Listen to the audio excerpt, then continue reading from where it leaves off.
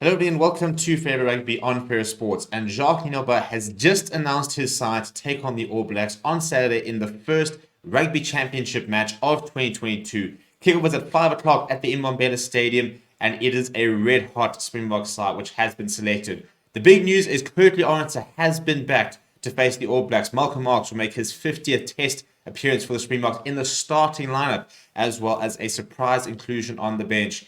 And unfortunately, no return for the two veterans in Francois and Dwayne Vermeulen. But before we look at the team itself, please do smash like on the video. Please do subscribe to the channel as well. We will have the press conferences as Jacques Ninabar will explain this team selection a bit more later on today, as well as having a live show later today. We will discuss the team. We will look at exactly what calls have been made by the Springbok staff, as well as what we can expect from the side come Saturday when the kickoff gets underway at 5 o'clock. But in terms of the team, this is how we will line up. And it's a pretty expected 23, I would say.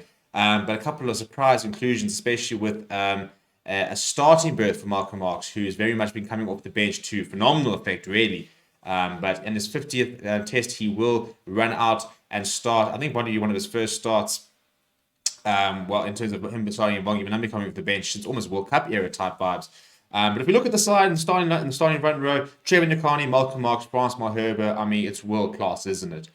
Trevor Nyakane, Frans Malherbe both started the Wales third test, so you did expect to see them starting again, but usually starting next to Bongi and Benambi. The second row, Evan Etzebeth will make his 101st test appearance for the Springboks next to Lourdes de Jager. Siya Kolisi will captain the side as expected. Pierre-Steph du Toit will look to continue to try and grow into his form in the number 7 jersey, but Jasper Wiese will be in the number 8 jersey. No return for Dwayne Vermeulen this week. It was always going to be touch and go.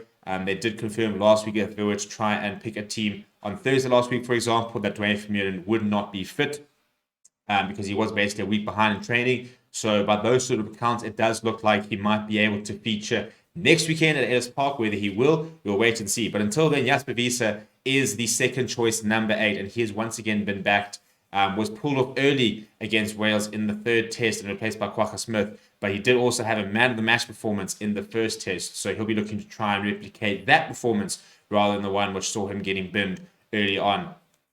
Faf de Klerk returns to the starting lineup and with a massive point to prove. Jaden Hendrikse had found his way into the starting lineup on 2 occasions against Wales and in fact had actually benched Faf de Klerk. And the Springboks sort of staff very much sort of saying that this was an indication that anybody could be losing their spot either as a starter or within the 23 if other players were to step in and done a better job. And it doesn't always necessarily mean a better job as in played better, but in terms of doing a job as a starter or doing a job as a finisher better than the person who currently holds that position. And Jaden Hendrikse definitely put up his hand. However, going into a massive clash against the All Blacks, Faf de Klerk has been recalled. And I think what's an aspect of his game which doesn't get enough attention is how important he is to the Springbok defense system. His rush defense, his reading of the game is absolutely vital, especially against an All Blacks in terms of cutting off quick ball, in terms of cutting off space and making sure that the All Blacks don't get to use the entire sort of width of the field.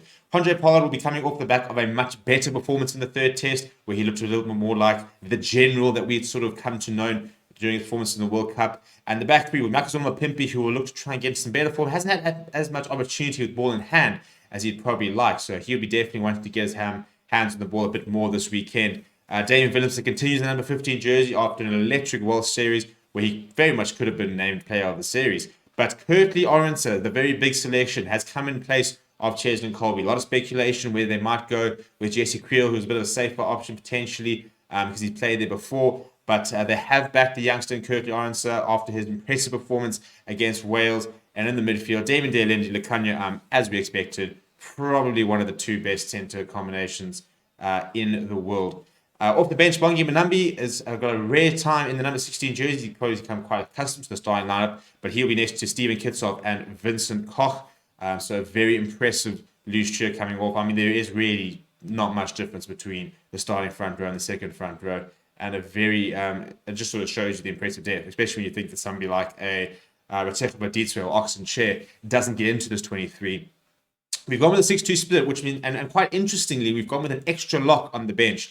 Salman Murat will get his second appearance for the box if he comes off the bench this weekend. Frank Ramosa being listed as a utility forward, can play the flank, can play in the lock as well, obviously, more naturally. So he gives you the versatility where you can go a lock and a loose forward and Frank Ramosa, or you can go two loose forwards and Frank Ramosa, because he is so versatile. We saw the box using Arthur Snyman and Francois Lowe and Frank Ramosa off the bench to brilliant effect during the World Cup. This time, Salman Murat is adding a bit of bulk to the bomb squad. Kwagga Smith, who is in electric form, and people finally starting to really respect what he does in the box shirt. Jane Henderson, Billy LaRue, the two backline replacements. And we did come a bit short in the second test, where Grant Williams had to spend some time on the wing, as well as in the third test, where Dave Williams had to shift into inside centre. But the Springboks very much still sticking to that DNA of a 6-2 split, backing the fact that Kwagga Smith can fill in the backline if there is an injury crisis.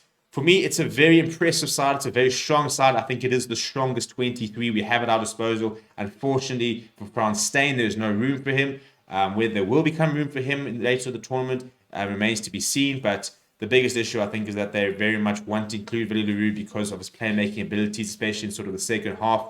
But David Williams at this stage is playing too well to be left out. So I think, if we got a year ago, Billy LaRue starting fly half and David Williams fulfilling that Frans Steyn role, kind of switched up a little bit. So interesting to see how this sort of pans out and what role Frans Steyn will take within the squad moving forward. Let me know what you think about the team down in the comments below. Please do smash a like on the video and subscribe to the channel as well. Thank you very much for watching. My name is Steven, and I'll chat to you soon.